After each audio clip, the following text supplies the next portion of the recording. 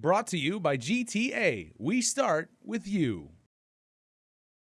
Reef researchers Laurie Raimundo, Whitney Hoot, and David Burdick held a press conference today to discuss the study they authored about the mass mortality rates of Guam's various reef species. Bleaching refers to the process in which coral polyps expel algae that live inside their tissues. Over the last 5 years, Guam's rising seawaters have resulted in the loss of approximately 30% of our shallow reefs. The authors explained in detail how they surveyed and analyzed reefs with the help of both government and non-governmental organizations, including volunteers from the community. Right now, the best way to stop bleaching is to lower our carbon footprint. We all know this. Corals have been around for a long time, but extinction does happen, and we know that that's happening more quickly than ever before.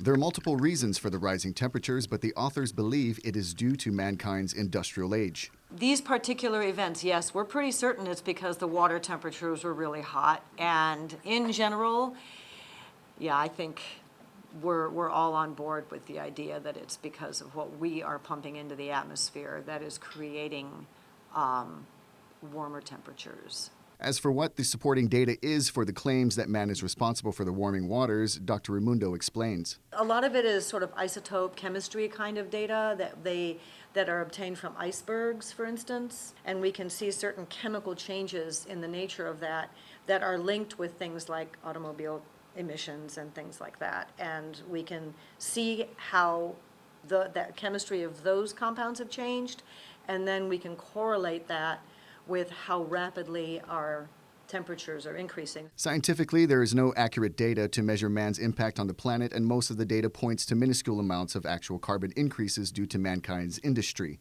However, the fact is we do have an impact. Raimundo says that we already have the technology to do so. We've got solar, wind power, we've got a lot of other technologies that are still too expensive.